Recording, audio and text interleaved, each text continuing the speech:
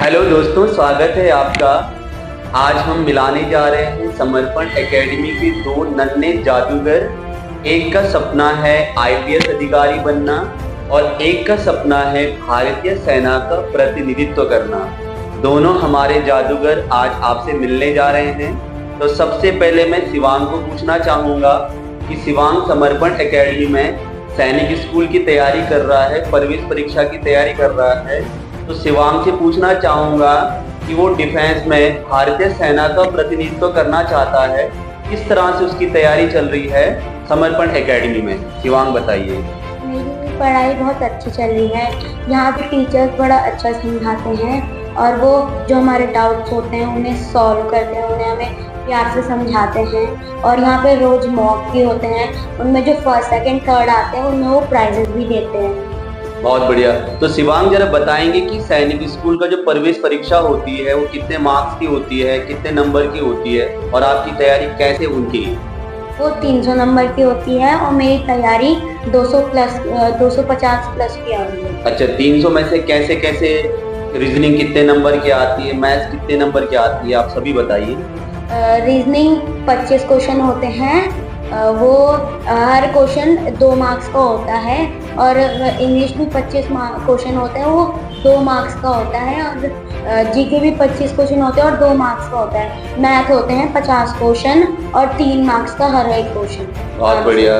तो शिवांग, आपको बहुत बहुत शुभकामनाएं। आप आर्मी ऑफिसर बनना चाहते हैं और इतनी कम उम्र में आपका बहुत बड़ा सपना है।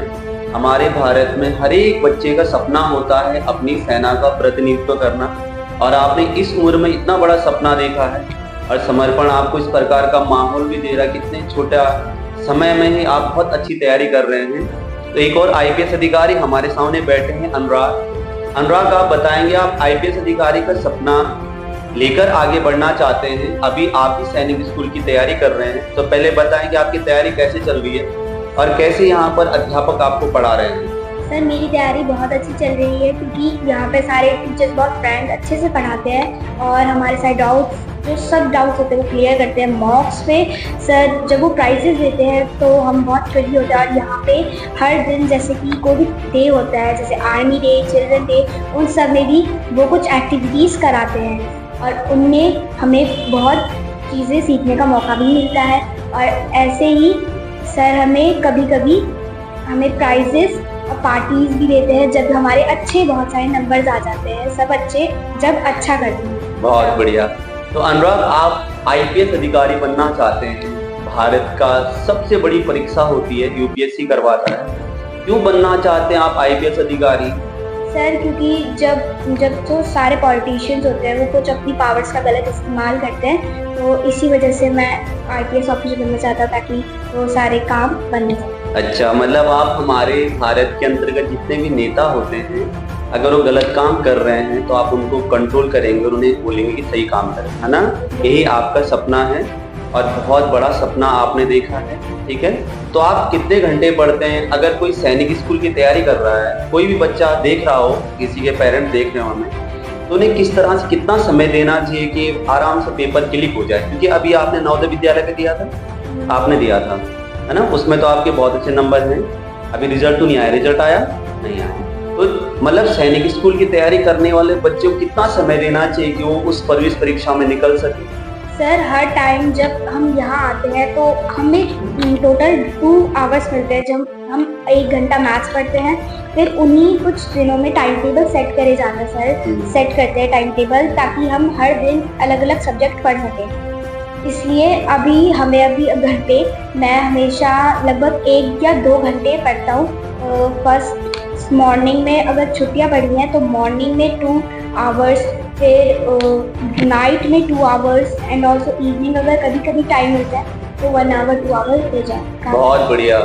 तो हमारे आईपीएस अधिकारी और हमारे आर्मी के ऑफिसर दोनों आज आपसे मिले और बहुत बड़ी प्रेरणा आप अपने बच्चों को दीजिए कि इसी तरह से वो भी बड़े सपने देखें और खुली आंखों से जो सपने देखते हैं वो जरूर पूरा होते हैं। और समर्पण एकेडमी में सैनिक स्कूल का एक नया बैचेज जो है वो बनने जा रहा है अगले मंडे से। तो आप भी जरूर अपने बच्चों को भेजें और उनका ऐसी उन्हें लगातार मोटिवेट करते रहें। तो बहुत बहुत धन्यवाद हमारे आईपीएस अधिकारी।